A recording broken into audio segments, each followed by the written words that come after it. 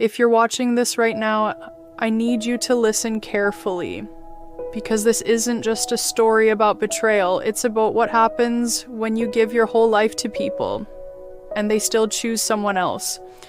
And the worst part, my sister thought she won. She thought she took everything from me, but she didn't know what came with it. My name is Adesola. I'm the first daughter in my family. And where I come from, that's not just a title, it's a responsibility, a lifetime one.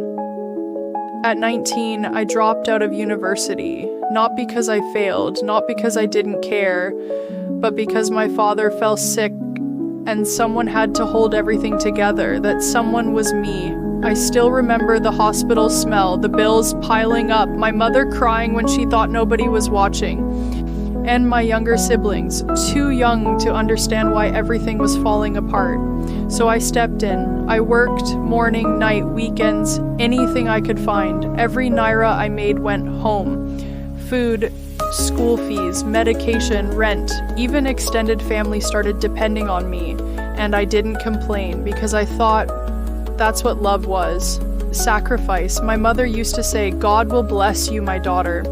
You are the pillar of this family." I believed her.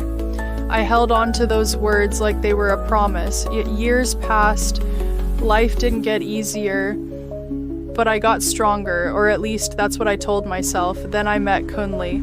Kunli wasn't rich, he didn't come with grand promises, but he was kind, and for the first time in years, someone saw me. Not what I could give, not what I could fix, just me.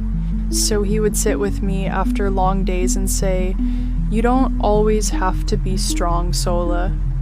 And that broke something in me, because nobody had ever said that before. So I fell in love, slowly, carefully, like someone learning how to breathe again. When he proposed, I said yes immediately. I thought, finally, something in my life was mine, but that's when everything started to change. My family didn't like him, not because he was a bad man, but because he wasn't useful to them. He couldn't replace me. He couldn't carry the weight I had been carrying for years. They started asking questions. Will he take care of us too? What happens when you leave? Leave. After everything I had done for them. I tried to balance everything. I kept working, kept sending money. I kept choosing them, even when I was supposed to be choosing myself. Then my younger sister, Amaka, came to live with me. She said she needed space from home, and of course I said yes, because she wasn't just my sister. She was the one I loved the most, the one I protected, the one I sacrificed the most for. I paid for everything, her food, her clothes, even enrolled her in a course. She used to call me her second mother. I didn't know I was raising my replacement. At first, everything felt normal. She got along with Kunla too well. I noticed small things. The way she laughed at his jokes. The way he stayed longer than usual. The way the air felt different when they were together, but I ignored it because suspicion felt like betrayal, and I could never betray her. Until the day everything shattered. I came home early that day. I even bought Kunli a shirt. I was happy, genuinely happy. The door was slightly open. I walked in, called her name, no answer. Then I heard a laugh. Her laugh, I followed the sound, slowly, step by step, and then I saw them. They didn't even notice me at first. That's how comfortable they were. When they finally saw me, everything stopped. I asked one question, "What is this?" And my sister looked at me and said, "It wasn't supposed to happen like this. Not, I'm sorry, not, I made a mistake. It's just that something inside me broke that day, not just my heart, my trust, my identity, everything." But the worst part wasn't even them. It was what came after. My family chose her. They said I was overreacting. They said I was controlling. They said maybe this was God's plan. God's plan after I gave them my youth, my dreams, my entire life.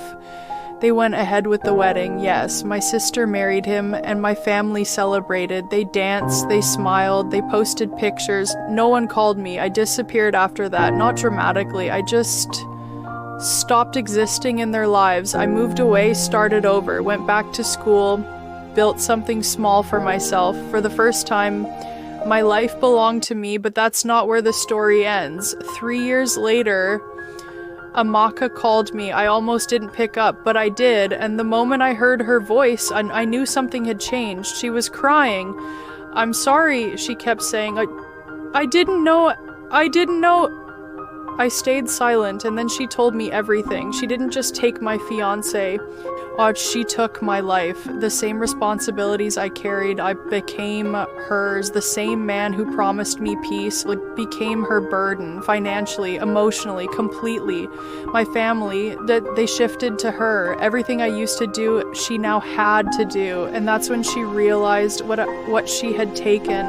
"I thought I was winning," she said. "I thought I was choosing myself."